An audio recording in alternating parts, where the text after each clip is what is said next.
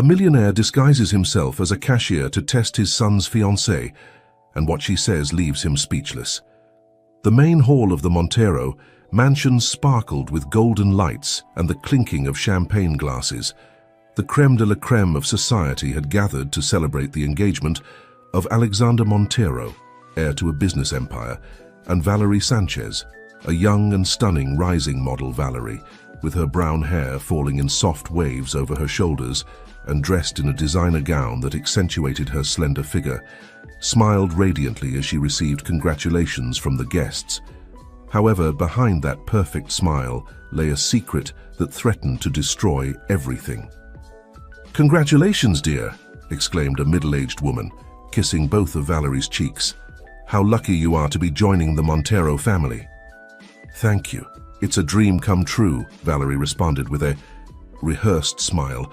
A few feet away, Alexander chatted animatedly with a group of friends. Tall, with dark hair and green eyes, he was the epitome of success and charm. His gaze met Valerie's, and he winked, making her heart race, but not for the reasons everyone assumed. In a secluded corner of the hall, an imposing man watched the scene intently. Ernest Montero, Alexander's father and the family patriarch, couldn't help but feel a twinge of unease. Something about Valerie's demeanor seemed off. He couldn't explain it, but years of business experience had taught him to trust his instincts. "Everything okay, Dad?" Alexander asked, approaching with Valerie on his arm. Ernest forced a smile. "Of course, son. I was just thinking about how quickly time has passed. It seems like only yesterday you were running through these halls." Valerie laughed sweetly. "You must be very proud of Alexander, Mr. Montero. He's a wonderful man." "I am," Ernest replied, studying the young woman's face. "And I hope you value him as he deserves, Valerie."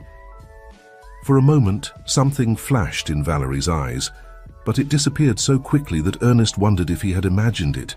"Excuse me," Valerie said. "I need to freshen up for a moment." As she walked away, Ernest grabbed his son's arm. "Alexander, are you sure about this? Marriage is a serious step, and you barely know Valerie." Alexander sighed. "Dad, we've talked about this.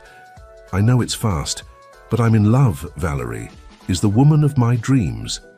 Ernest wanted to insist, but held back. He didn't want to ruin his son's night with unfounded suspicions. Meanwhile, Valerie slipped into the mansion's garden. With trembling hands, she pulled out her phone and dialed a number she knew by heart. "Marcos? It's me," she whispered. "Everything is going according to plan. They're completely fooled." The voice on the other end sounded anxious. "Are you sure, Val? We can't afford any mistakes."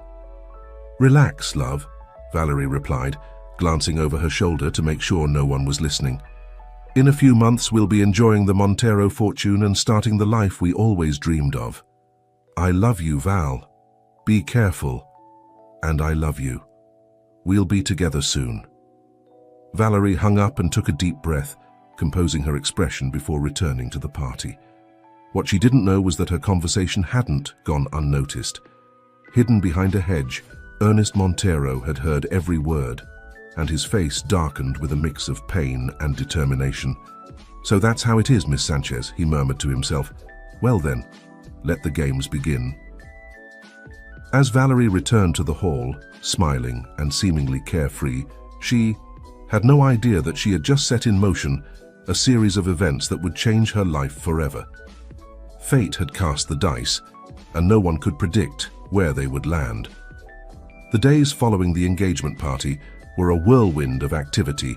Valerie threw herself into wedding preparations, choosing dresses, flowers, and locations with an enthusiasm that deceived even the most observant.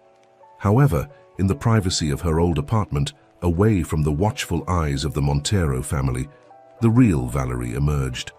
"I can't believe we're pulling this off," said Marcos, hugging her from behind as they watched the sunset from their small terrace. Valerie turned in his arms, her eyes shining with a mix of excitement and guilt. "Sometimes I wonder if we're doing the right thing, Marcos." "Val, we've talked about this," he replied, caressing her cheek.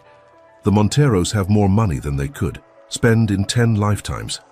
They won't even notice what we take, and we can start over far from all this. She nodded, but a shadow of doubt lingered in her gaze. It's just that Alexander is so good to me, and his family has welcomed me with open arms. Marcos's expression hardened. You're not actually falling for him, are you? Of course not, exclaimed Valerie, though her voice wavered slightly. You know I love you. It's just that sometimes it's hard to pretend. I know, love, said Marcos, softening his tone. But think of everything we'll be able to do once we have the money. Travel, start that business we always wanted, help your family. Just a little more patience.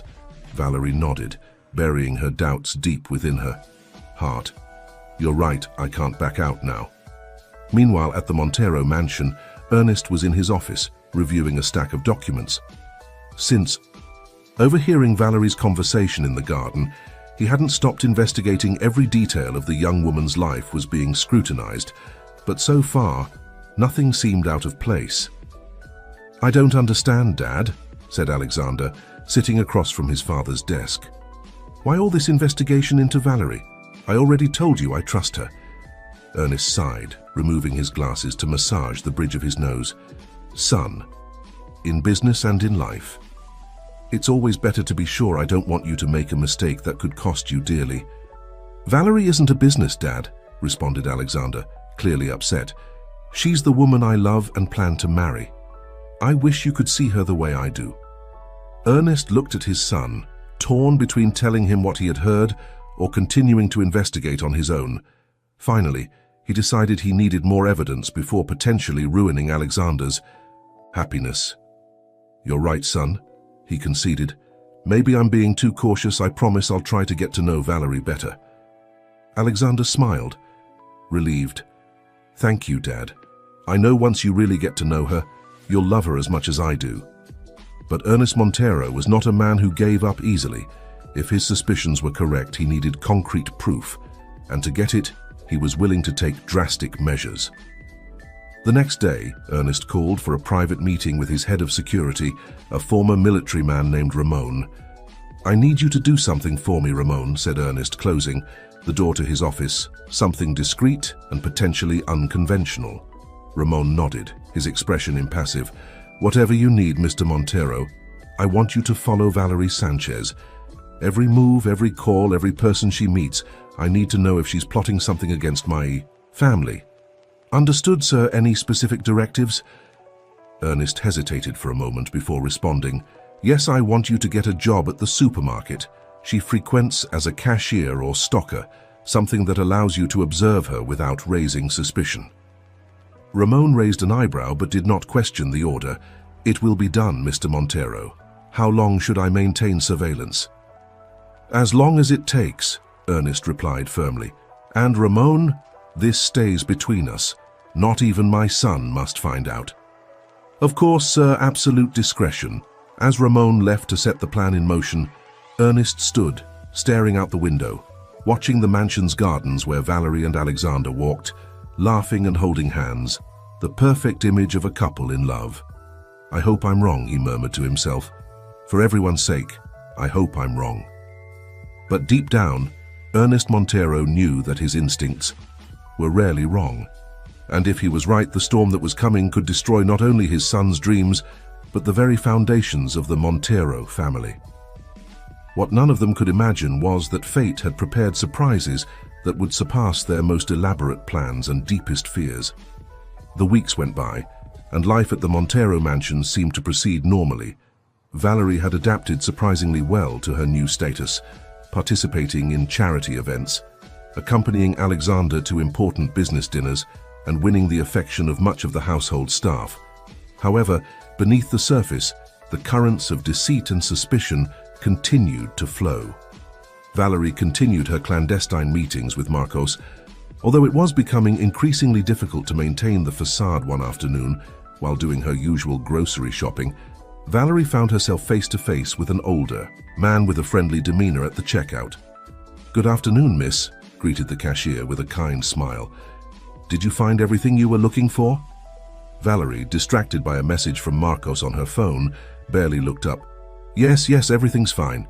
Just hurry up, will you? I'm in a rush." Valerie's curt tone contrasted sharply with the sweet and considerate image she projected at the Montero mansion.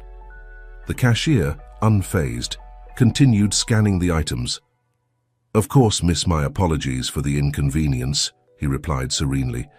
Something in the man's tone made Valerie finally look up. For an instant, she thought she saw a familiar glint in the cashier's eyes, but she quickly dismissed it.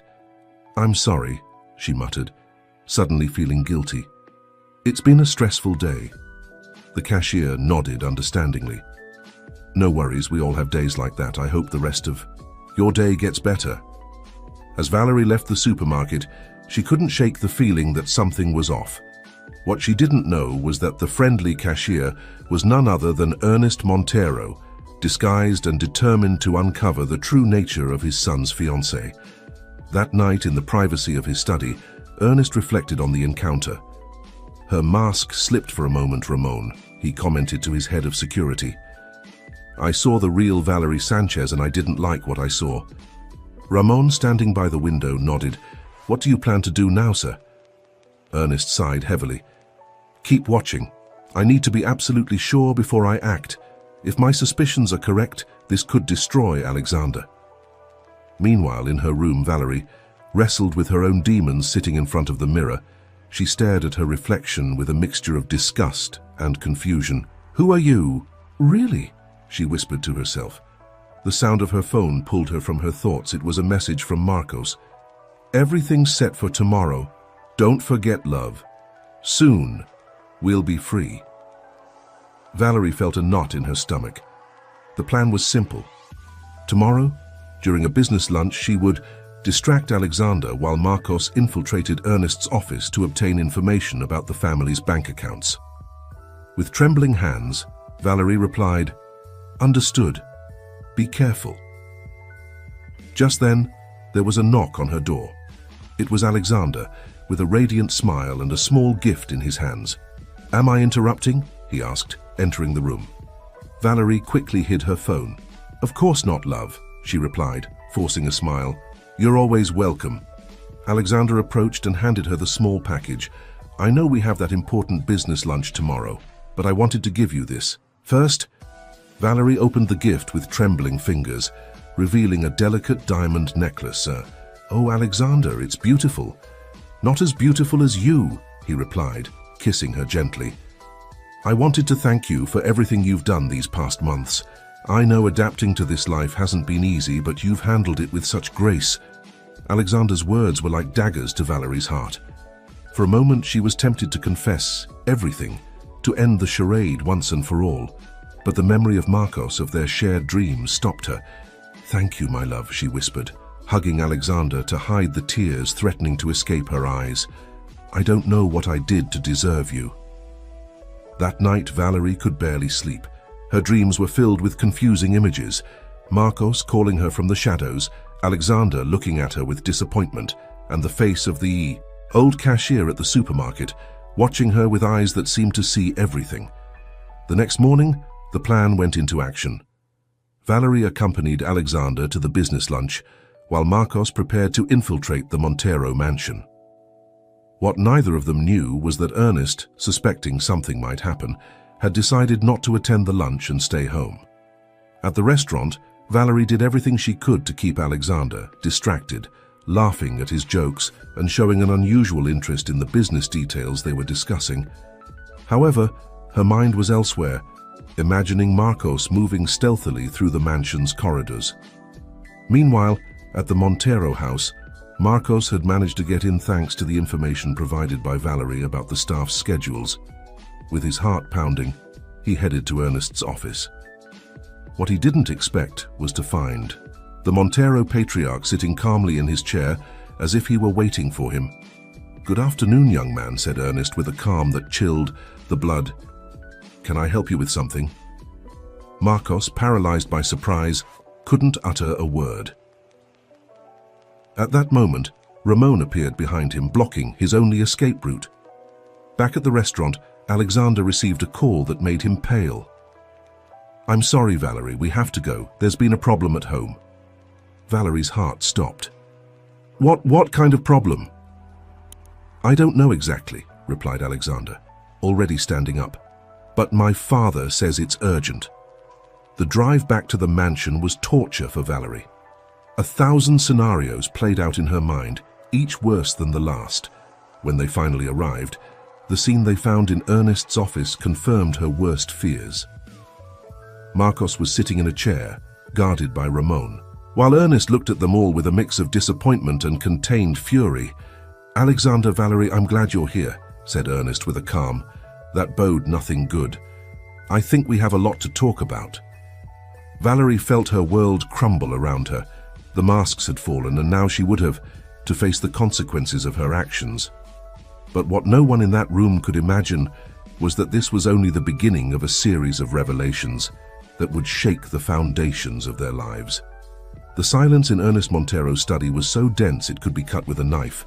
Alexander looked alternately at his father, Valerie, and the stranger guarded by Ramon, trying to make sense of the situation. "Dad, what's going on here?" he finally asked, his voice trembling slightly. Ernest stood slowly from his chair, his eyes never leaving Valerie's face. "That, my son, is exactly what we all want to know, Valerie. Why don't you start? It seems you have a lot to explain." Valerie felt her legs might give out at any moment. She looked at Marcos, seeking support, but he kept his gaze fixed on the floor. She was alone in this. She began, but the words stuck in her throat. "Maybe I can help you," Ernest intervened. "How about we start by explaining who this young man is and why he was snooping around my office?" Alexander turned to Valerie, suspicion growing in his eyes. "Val, what's my father talking about?" Valerie closed her eyes, took a deep breath, and when she opened them again, there was a resolution in them that no one had seen before. "His name is Marcos," she said finally, "and he was my boyfriend." The impact of those words was immediate. Alexander recoiled as if physically struck, while Ernest nodded with a mix of sadness and confirmation. "Continue," urged Ernest. "We met years ago when I was just starting out in modeling," Valerie explained, the words now pouring out in an unstoppable torrent. "We always dreamed of a better life, away from difficulties and hardships. When I met Alexander, we saw an opportunity." "An opportunity," Alexander repeated, his voice laden with pain and disbelief. "Is that what I was to you? An opportunity?" Valerie approached him, trying to take his hand, but Alexander pulled away.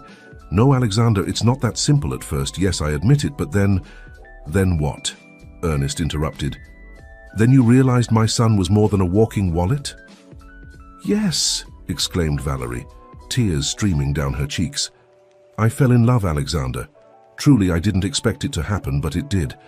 And I've been struggling with this for weeks, torn between what I felt for you and my loyalty to Marcos, to our plans." Marcos, who had remained silent until now, finally spoke. "It's true, I've seen it in her eyes, in the way she talks about you. She's not the same Valerie I knew." Alexander ran a hand over his face, trying to process all the information. "Then what exactly was this plan? What were you planning to do?" Valerie and Marcos exchanged a look before she answered. We wanted access to the family's accounts, to take enough to start a new life." "Steal?" Alexander's voice broke. "You were going to steal from my family?" "Son," Ernest interjected, his tone surprisingly gentle, "I think we should take a moment to..." But Alexander was already moving, heading towards the door. "I need air, I need to think." Before anyone could stop him, he had left the study, leaving behind a silence heavy with tension. Ernest turned to Ramon. "Take young Marcos to the security room. Keep him comfortable but under watch. We'll have a long conversation later." As Ramon escorted Marcos out of the room, Ernest found himself alone with Valerie. The young woman looked as if she had aged years in minutes, her usual composure completely gone. "Mr. Montero," she began, her voice barely a whisper, "I know I have no right to ask anything, but please let me talk to Alexander. I need to explain." Ernest studied her for a long moment before responding. "You know, when I first met you, I had a feeling something told me you weren't what you seemed. I even disguised myself as a cashier at the supermarket to observe you." Valerie's eyes widened in surprise as she remembered the kind old man at the checkout. "It was you." Yes, confirmed Ernest. I saw a side of you I didn't like. But now seeing you like this, so vulnerable and remorseful, I wonder if perhaps I judged you too quickly. Valerie looked at him, a spark of hope igniting in her eyes. Don't get me wrong, Ernest continued. What you did, what you plan to do, is unforgivable. But I also know that people can change, that love can transform us. He approached the window, looking out at the gardens where Alexander used to play as a child. My son loves you, Valerie. And if what you say is true, you love him too. The question is that love strong enough to overcome this? Valerie joined him at the window, her eyes searching for Alexander in the gardens. I will do whatever it takes to prove it, to prove to everyone that I've changed. Ernest nodded slowly. Then you will have your chance, but I warn you, Valerie, if this is another trick, if you hurt my son again— It's not, interrupted Valerie with a firmness that surprised them both. I swear on everything sacred that it's not. Good, said Ernest, because I have a feeling this story still has many chapters ahead, and something tells me we will need to stand united to face what's coming. As Valerie and Ernest stood in silence, looking out the window, neither of them could imagine how prophetic those words would turn out to be, because at that precise moment, miles away, an older woman lay in a hospital bed, holding a secret that would change the course of their lives forever. The days following the revelation in Ernest's study were an emotional roller coaster.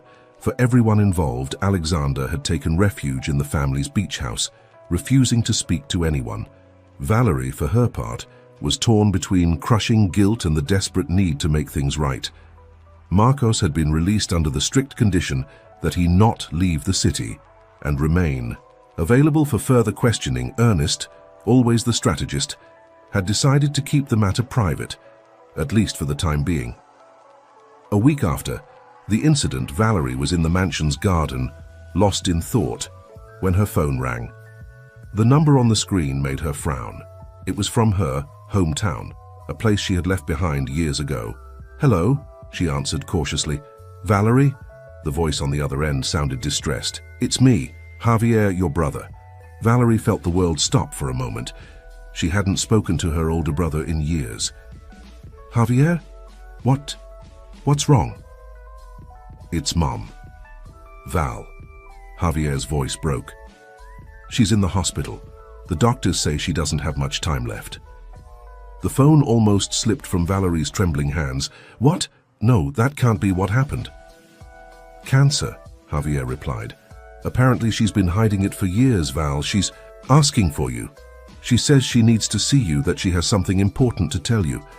Valerie closed her eyes, feeling the weight of the world fall on her shoulders. I'll be there as soon as possible. After hanging up, Valerie remained motionless for several minutes, trying to process the news. Finally, gathering all her strength, she went to Ernest's study. Come in, responded Ernest. To her timid knock on the door, Valerie entered, her face pale and her eyes red. Mr. Montero, I need to talk to you. Ernest, noticing her state, motioned for her to sit. What's wrong, Valerie? My mother, she began, struggling to keep her composure. She's very sick, in the hospital. I need to go see her. Ernest studied her for a moment before responding, I understand. When do you plan to leave? As soon as possible, Valerie replied. I know given the current situation, I have no right to ask for anything, but go, interrupted Ernest, his voice surprisingly gentle. Family comes first. Always. I'll make the necessary arrangements for you to have a flight tonight. Valerie looked at him, surprised by his understanding. Thank you, Mr. Montero. I don't know what to say. Don't say anything, he replied, standing up to circle the desk. But Valerie, promise me one thing. Anything, she said without hesitation. When you come back, whatever the outcome of your visit, we'll have a long conversation about your future, about Alexander, about everything, Ernest said firmly. Valerie nodded, feeling a lump in her throat. I promise, Mr. Montero, and thank you, truly. That same night, Valerie boarded a flight to her hometown, her heart divided between concern for her mother and fear for what she was leaving behind at the Montero mansion. Upon arriving at the hospital, Javier was waiting at the entrance. The siblings embraced, their hug laden with contained emotions and years of distance. "How is she?" Valerie asked, pulling back to look her brother in the eye. Javier shook his head, his eyes bright with unshed tears. "Not good, Val. The doctors say it's a matter of days." Valerie felt the world crumble beneath her feet. "Take me to her." In the hospital room, Carmen, Sanchez lay in bed, her frail and emaciated figure barely recognizable to Valerie. However, when their eyes met, love and recognition shone in them. "My girl," Carmen whispered, extending a trembling hand. "You came."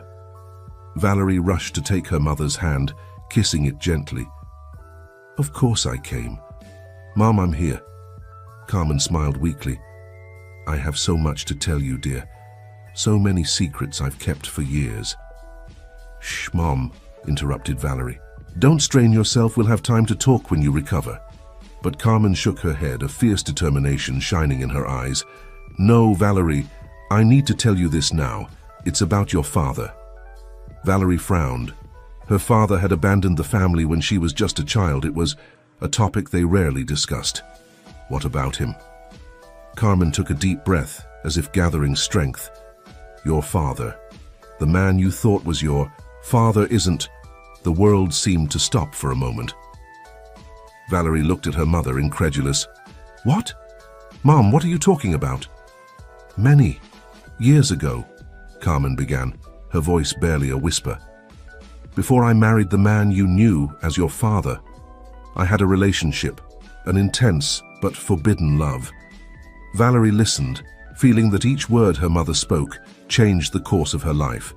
"He is an important man. Married, with a family of his own," Carmen continued. "When I became pregnant, we decided it was best to keep it a secret. I married soon after the man who raised you, but he's not my real father," Valerie finished, feeling breathless. Carmen nodded weakly. "Your real father has been closer to you than you realize, Valerie. You've met him recently." Valerie felt the world spinning around her. A suspicion began to form in her mind, an idea so outrageous she didn't dare to give it shape. "Mom," she whispered, her voice trembling, "who is my father?" Carmen closed her eyes for a moment, as if gathering strength for the final revelation. When she opened them again, she looked directly at her daughter. "Your father, Valerie, is Ernest Montero." The impact of those words was like a physical blow to Valerie. She staggered, clinging to the edge of the bed to avoid falling. Javier, who had been listening in silence, rushed to support her. "No," Valerie murmured. "It can't be. It's impossible." But deep down, she knew it was true. Ernest's strange intuitions, his interest in her from the beginning, even his recent compassion, it all took on a new and terrifying meaning. "I'm so sorry, my girl," sobbed Carmen. "We wanted to protect you, give you a normal life. But now, you needed to know." Valerie sat heavily in the chair beside the bed, her mind a whirlwind of emotions and chaotic thoughts. Alexander, the man she loved, was actually her half-brother. The Montero, empire she had planned to scam, was part of her inheritance. And Ernest, the man she had feared and respected in equal measure, was her father. "Does he know?" she finally asked, her voice barely audible. Carmen shook her head. "I never told him. But I think he always suspected, Valerie, my daughter. Forgive me, forgive us both." Valerie took her mother's hand, tears streaming down her cheeks. "There's nothing to forgive, Mom. But what am I going to do now?" Carmen squeezed her daughter's hand weakly. "The truth, Valerie. It's time for everyone to know the truth." As night fell over the city, Valerie remained by her mother's bed, facing a future that suddenly seemed more uncertain and terrifying than ever. The truth she had just discovered threatened to destroy everything she knew, everything she loved. But deep in her heart, she knew her mother was right. It was time to face the truth, no matter the consequences. What Valerie couldn't imagine was that this revelation was just the beginning of a series of events that would shake the foundations of the Montero family and change the course of their lives forever. The days following the revelation were a blur for Valerie. She stayed at the hospital, torn between the pain of watching her mother deteriorate and the emotional whirlwind unleashed by the truth about her.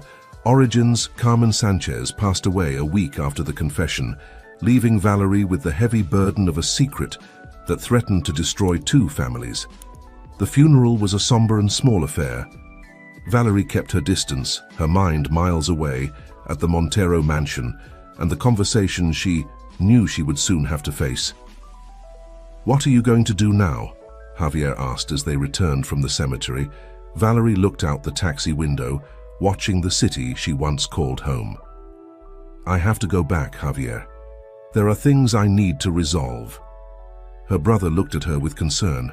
"Val, whatever it is you're going through, you know you can count on me, right?" She nodded, forcing a smile that didn't reach her eyes. "I know, thank you." That night, as she packed her things, Valerie made a decision she couldn't keep living with lies. It was time to face the truth, no matter the consequences. The next day, she boarded a flight back to the city where the Montero mansion was located. Throughout the journey, she rehearsed mentally how she would address the situation, but every scenario she imagined ended in disaster. When the taxi dropped her off in front of the imposing mansion gates, Valerie felt her heart race. She took a deep breath and pressed the intercom. "Montero residence," answered a familiar voice. "It's me, Valerie, I'm back." There was a moment of silence before the gate opened with a buzz. As she walked down the path to the main house, Valerie saw Ernest waiting at the entrance.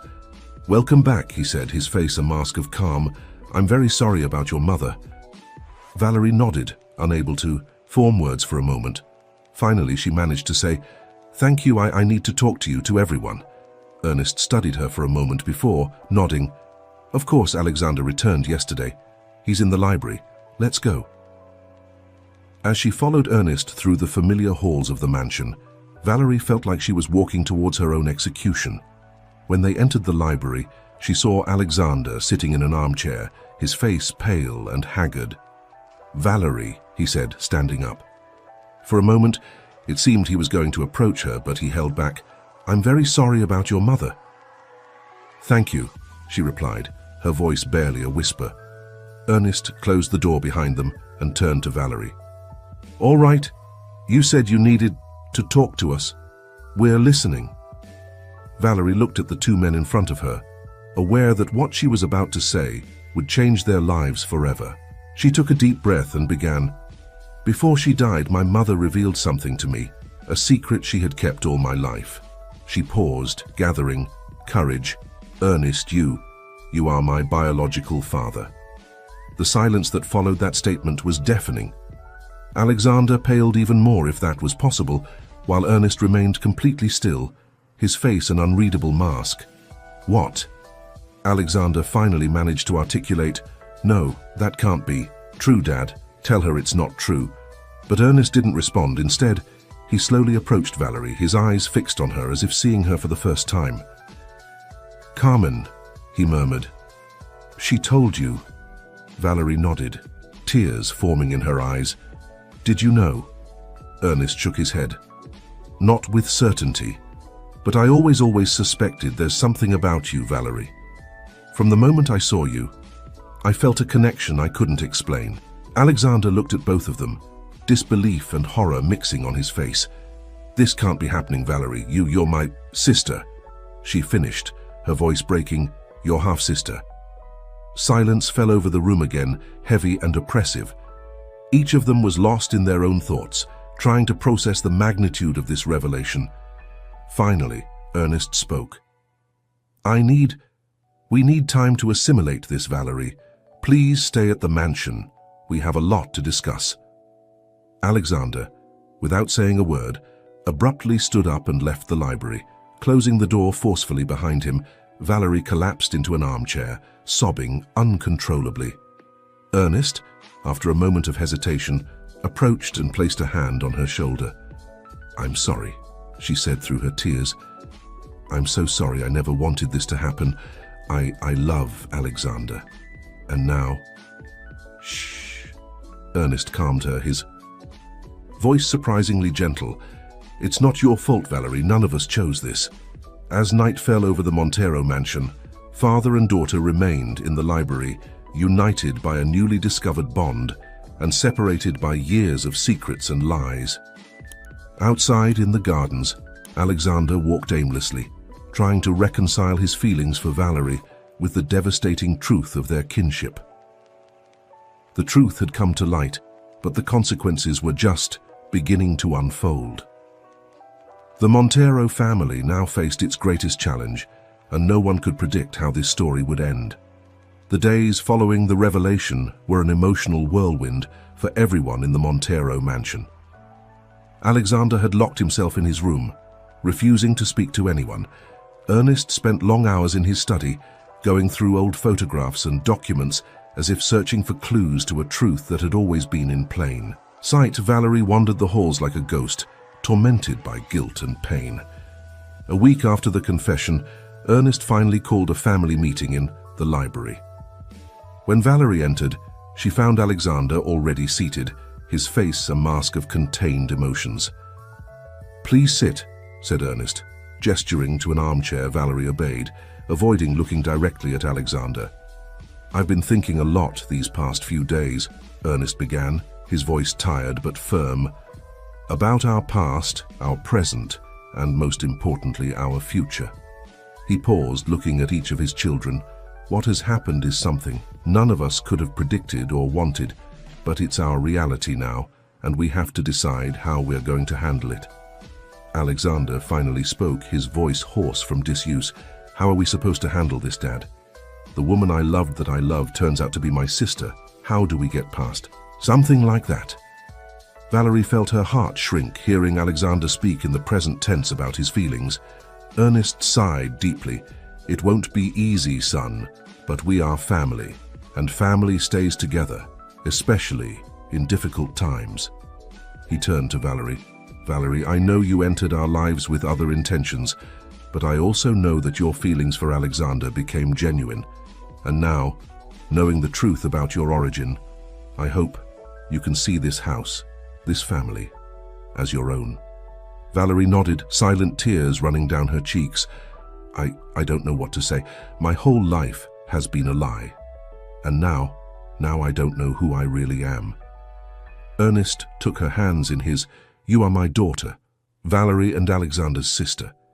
That's all that matters now." Alexander stood up abruptly, walking to the window. "And what are we supposed to do with how we feel? Just forget it?" "No," Ernest replied gently. "We can't erase our feelings, but we can learn to transform them. The love you feel for each other can become a strong and beautiful sibling bond."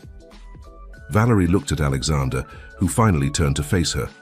Their eyes met, and at that moment, both felt the weight of everything they had lived and everything they had lost. "I need time," Alexander said finally, "to process all this, to learn to see you differently, Valerie." She nodded, understanding perfectly. "I know, me too."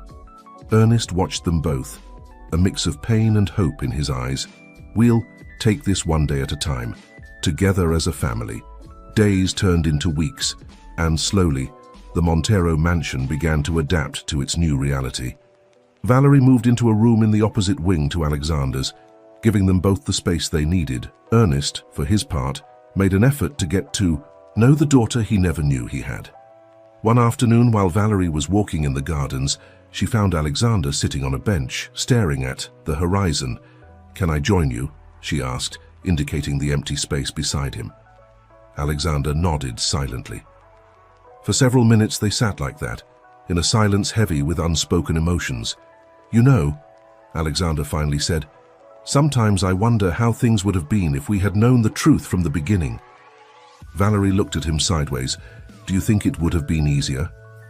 "I don't know," he replied honestly, "but at least we wouldn't have had to go through all this." Valerie felt a pang of guilt. "Alexander, I am so sorry for everything."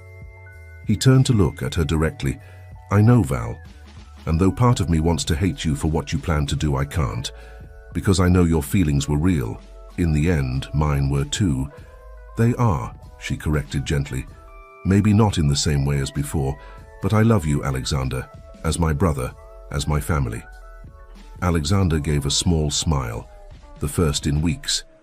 "I love you too, Val. And I suppose now we have a lifetime to figure out what that really means." As the sun began to set, painting the sky in shades of gold and pink, Valerie and Alexander remained seated on that bench, shoulder to shoulder. It wasn't a fairy tale happy ending, but it was a beginning. A beginning based on truth, forgiveness, and the promise of a future together, as a family. From the second-floor window, Ernest watched his two children, a smile of satisfaction on his face. He knew the road ahead wouldn't be easy, that there would be difficult days and moments of doubt, but he also knew that, for the first time in decades, his family was complete, and approached and, after a moment of hesitation, gave her a quick hug.